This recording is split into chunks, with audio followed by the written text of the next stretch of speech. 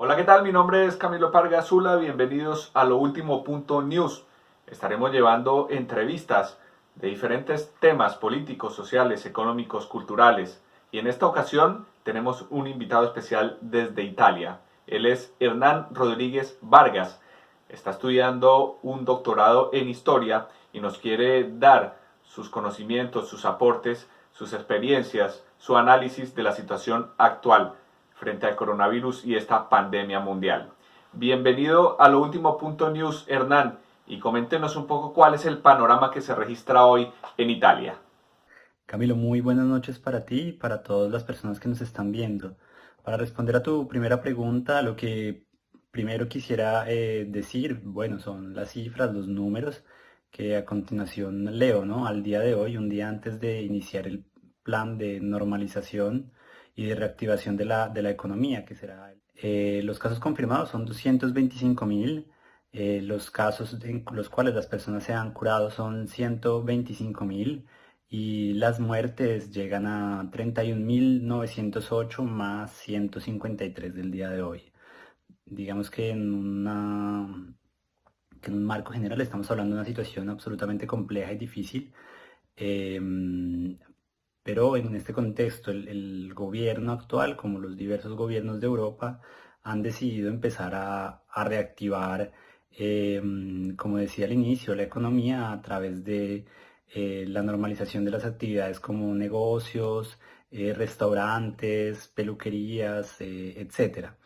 En este sentido, digamos que lo que se viene tiene que ver mucho con el sentido, apelar al sentido común y a la responsabilidad de los ciudadanos, no solo en Italia, sino hablo en general también de Europa. Es decir, el gobierno y los gobiernos son conscientes que de lo que se trata es de una convivencia con el virus mientras se espera una posible vacuna.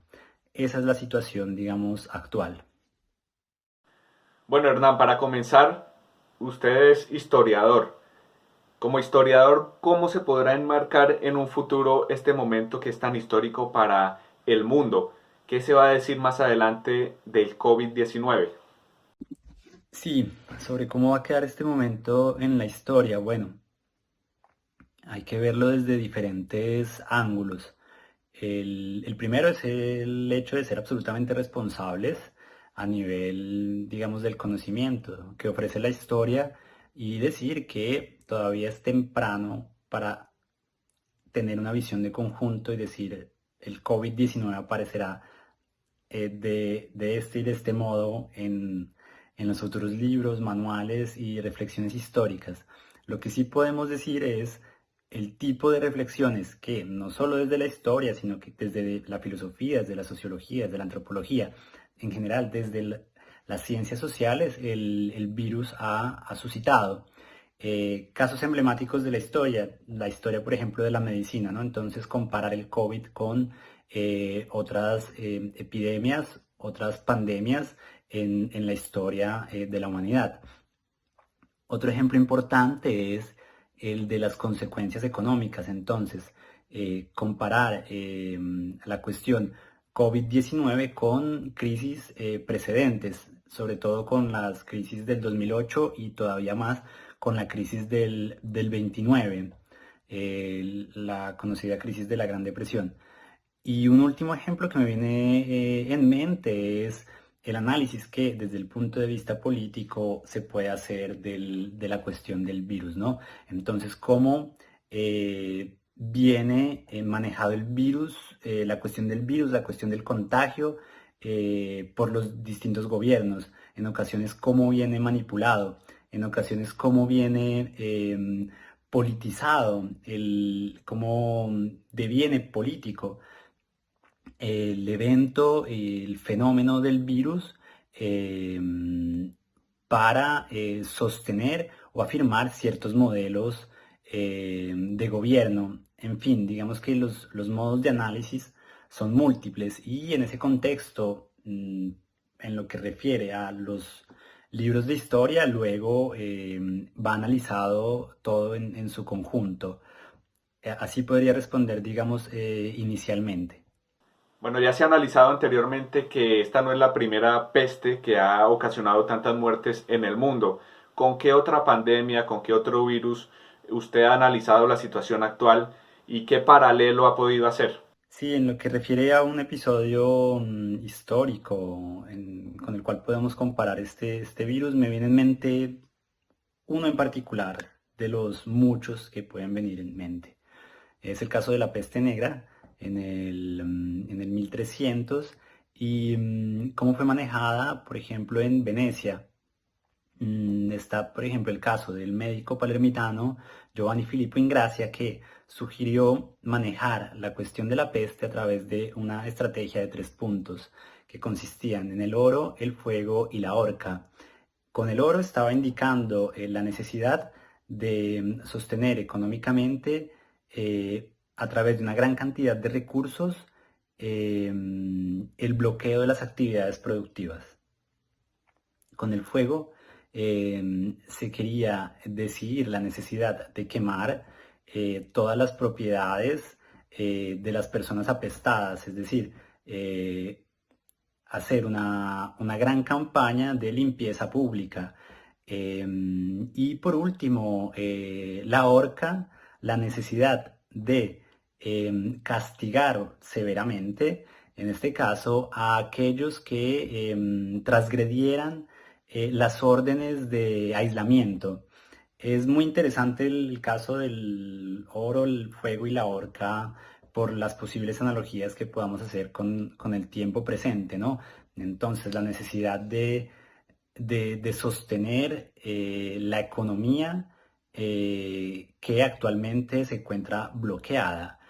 Por otra parte, la necesidad de mantener una lógica de la cuarentena en la que para quien no cumpla se deben hacer y realizar castigos ejemplares. Y en fin, la necesidad evidente de mantener un cierto orden a través de la higienización de las ciudades. Esto es fundamental y en general es uno de los tantos casos que podemos ver en comparación a lo que estamos viviendo hoy. Hernán, ¿qué es lo más impactante y qué anécdotas nos puedes compartir de lo que has vivido durante estos meses en Italia? Sí, sobre los hechos más impactantes, el primero que me viene en mente, por paradójico que resulte, es el hecho de haber visto las ciudades más importantes del mundo llenas de soledad. Así como viene en mente muy rápido la soledad del Papa Francisco en una de las primeras celebraciones hechas en la plaza de Roma absolutamente vacía y contando solamente con su presencia, como una cuestión interesante e impactante que, entre otras cosas, ha generado muchas y múltiples reflexiones desde todos los ángulos.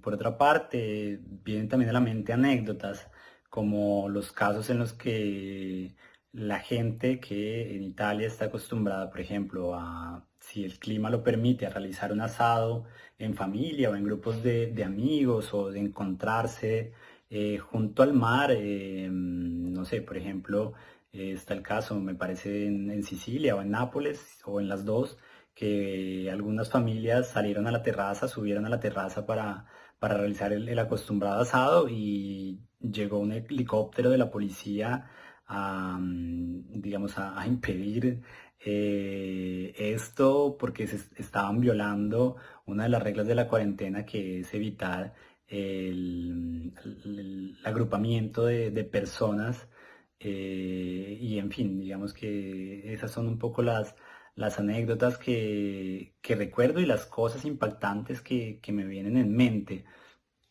Y por otro lado, también conectando con la respuesta anterior, tiene que ver con eso, con el hecho de ver cómo, por ejemplo, nuestra conexión con el mundo son las redes sociales y ver cómo las personas reaccionan desde el más optimista hasta el más pesimista ha sido absolutamente interesante. Por otro lado, porque también el virus lo que ha hecho es evidenciar o convertirse mejor en un gran laboratorio de sentimientos, emociones y contradicciones.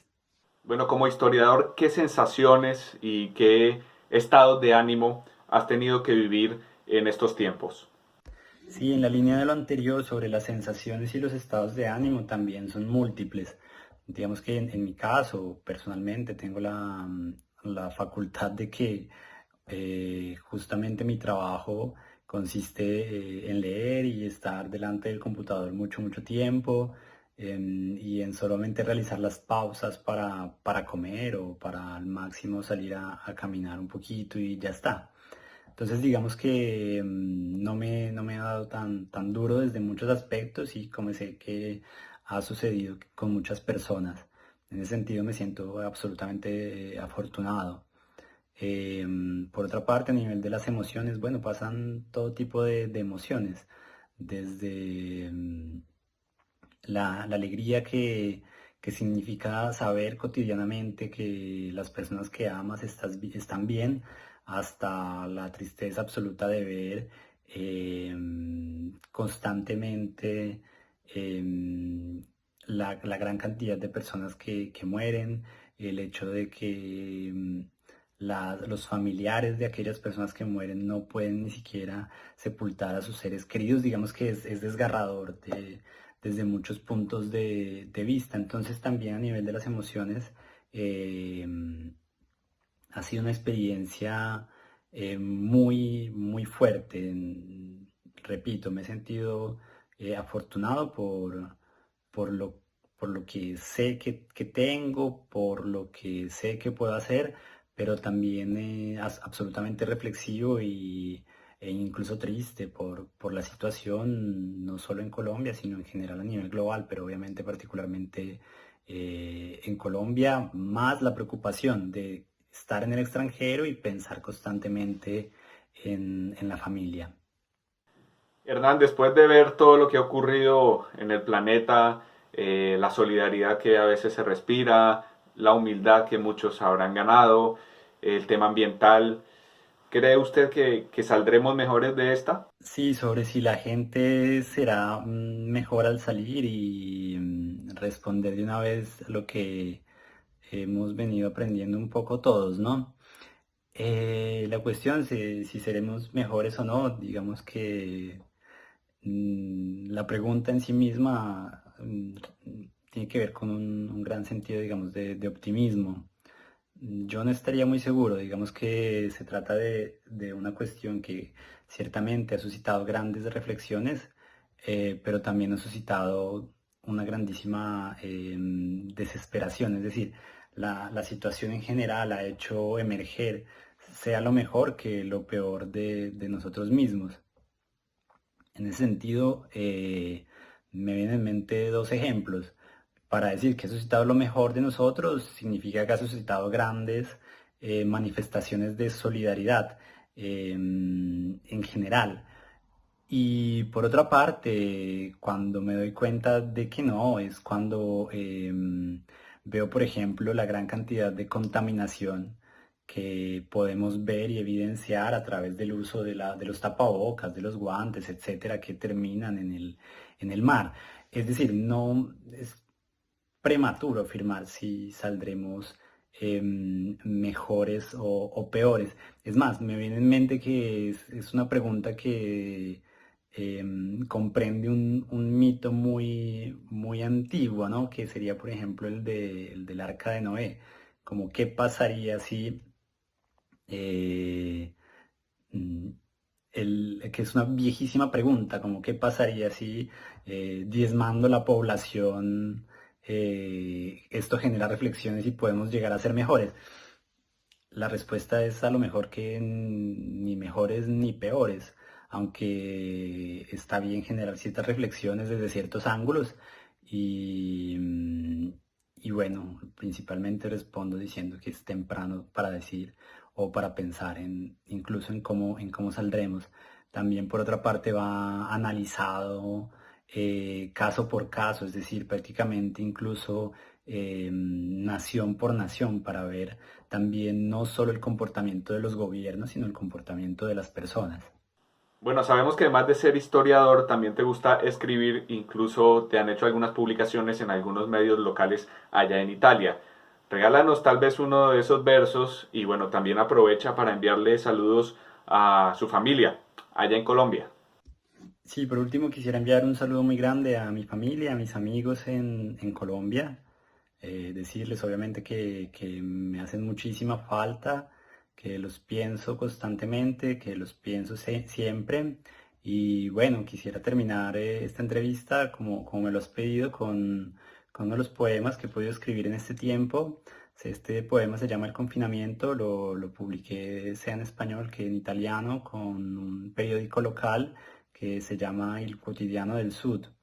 La traducción la ha realizado la poetisa Eleonora Rímolo y bueno, yo lo leo obviamente en español.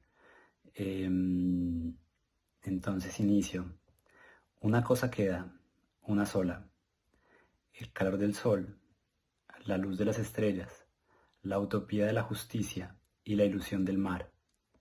El mismo mar que debo imaginar desde una montaña alta de nubes, estrellas y pájaros que cantan del otro lado de mis sueños. No puedo alcanzar las flores, sino que debo también imaginar su perfume y amar en silencio todas las cosas que no puedo ver ni tocar. Cada cosa querida que ha perdido su forma en medio de tanto silencio. Una cosa queda, una sola, este anhelo de ti, de los luceros de la noche, de la palabra justicia, de las flores que florecen y del golpe azul de las olas en el mar. Una vez más, Camilo, mil gracias y bueno, nos estaremos encontrando en una próxima ocasión. Hernán Rodríguez Vargas, muchas gracias por ese verso, muchas gracias por esas palabras.